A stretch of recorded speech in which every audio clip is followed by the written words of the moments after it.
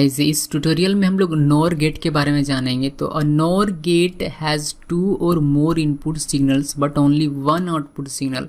All input have to be low to get a high output. Is combination of OR gate followed by NOT gate. ठीक है, 2 inputs के लिए इसका circuit देख लेते हैं कि किस तरीके से इसका लॉजिक सिंबल हमें मिलता है। तो 2 इनपुट्स है, मान लीजिए कि हमारा पहला इनपुट है ए और दूसरा इनपुट हमारा है बी। तो ये कुछ इस तरीके से आपका बनेगा। ठीक है, ये आपको सबसे पहले क्या करना है कि और गेट बनाना है followed by a not gate. तो ये आपका हो गया नॉट। ठीक है, तो ये आपका ए इनपुट, ये आपका बी इनपुट और ये आपका आउटपुट हो गया वाई, जो कि होगा ए प्लस बी नॉट, बिकॉज ये नॉट और है। यहाँ आप देखेंगे इसके नाम में ही लिखा हुआ है एन और, यानी कि नॉट और का नॉट होना चाहिए। ठीक है, इसी सिंबल को कुछ इस तरीके से भी रिप्रेजेंट किया जाता है, क्योंकि ये फॉलोड बाय नॉट गेट है। तो सबसे पहले आपको ओवर गेट बनाना है। ठीक है, ये ओवर गेट हो गया आपका, इसको पूरा ये ओवर गेट हो गया। ठीक है, ओवर गेट बनाने के बाद यहाँ से आप क्या करते हैं कि एक नॉट गेट लगाते हैं। ठीक है, ये आपका नॉट गेट हो गया।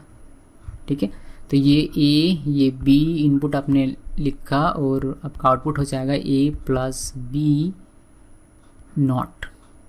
ठीक है, सो यही है। यहाँ तक देखिए, यहाँ तक क्या होता है, ये यहाँ से यहाँ तक आएगा तो यहाँ तक अभी ए प्लस बी रहेगा। जब ये यहाँ से यहाँ पास करेगा तो ये ए प्लस बी का नॉट हो जाएगा। ठीक है, अब इसका ट्रूथ टेबल देख लेते हैं। इसका ट्रूथ टेबल क्या कहता है? इसका ट्रूथ टेबल कहता है कि अगर आपका जो सबसे पहले पॉसिबिलिटीज़ लिख लेते हैं। ठीक है, तो ये हमारे पास पॉसिबिलिटीज़ है। ये क्या कहता है कि all inputs have to be low to get high output, यानी कि ऑल इनपुट्स, जब ये ऑल इनपुट्स लो होंगे तब इसको हाई आउटपुट मिलेगा। बाकी सभी केसेस में इसको लो आउटपुट मिलने वाला है। ठीक है, तो ये ट्रूथ टेबल समझ में आ गया होगा। अभी आगे बढ़ते हैं और इसको देख लेते हैं। 3 इनपुट्स के लिए देख लेते हैं। ठीक है, 3 इनपुट के लिए आपको सर्किट तो समझ में आ गया होगा कि इस तरीके से सर्किट हम लोग बनाएंगे। बस इसमें 3 इनपुट्स आपको लिखना है। अभी तक तो समझ में आ ही गया होगा, इतना हम लोगों ने कवर कर लिया है। तो ये आपका हो जाएगा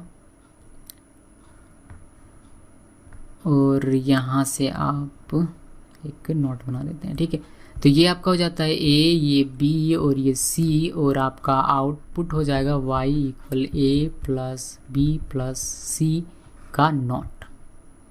ठीक है, ओके, इसमें हम लोग क्या करते हैं कि इसका ट्रूथ टेबल भी देख लेते हैं। इसका ट्रूथ टेबल कैसे बनता है? ठीक है, ट्रूथ टेबल सबसे पहले पॉसिबिलिटीज लिख देता हूँ मैं 0 0 0 0, यानी कि 4 टाइम्स 0 देन 4 टाइम 1, फिर 4 टाइम उसके 2 टाइम हो जाएगा, 2 time 0 then 2 time 1 then 2 time 0 then 2 time 1 then 0 1 0 1 0 1 0 1। ये पॉसिबिलिटीज़ निकल गया। और कहा गया था हमें डेफिनेशन में कि जब सभी लो होते हैं तो इसका आउटपुट हाई होगा, यानी कि सिर्फ इस केस में आपको हाई मिलने वाला है, बाकी सभी केसेस में आपको मिलेगा लो। ठीक है, तो ये हमारा हो गया नॉट और, या फिर आप नोर जिसे कहते हैं।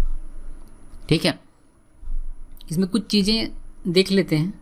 जैसे कि अभी तक हम लोगों ने देखा था और गेट में, और गेट का जो ट्रूथ टेबल है उसमें हम लोगों ने ये देखा कि जब दोनों में से किसी भी इनपुट में अगर हाई इनपुट हो, अगर दोनों में से कोई भी एक हाई इनपुट हो तो आउटपुट आपको हाई मिलेगा। या फिर 1 0 की अगर बात करें तो दोनों में से किसी में भी अगर 1 है तो आउटपुट आपका 1 होगा।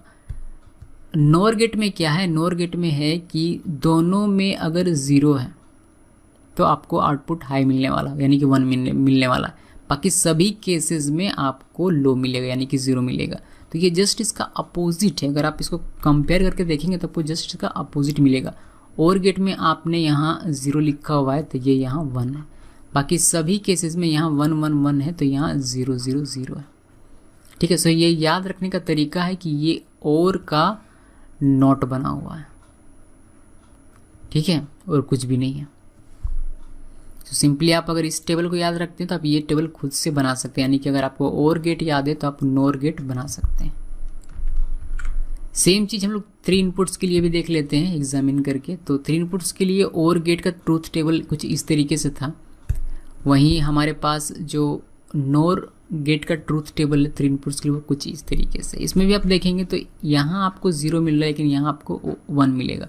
बाकी सभी केसेस में और गेट में आपको 1 मिलता है, बिकॉज इनमें से किसी न किसी इनपुट में हाई इनपुट दिया गया, यानी कि 1 है, 1 है। तो जस्ट इसके अपोजिट यहाँ आपको 0 0 0 मिलता है। ठीक है, तो ये याद रखने का तरीका है और बनाने का तरीका है। मुझे उम्मीद है कि आपको ये समझ में आया होगा। Thanks for watching.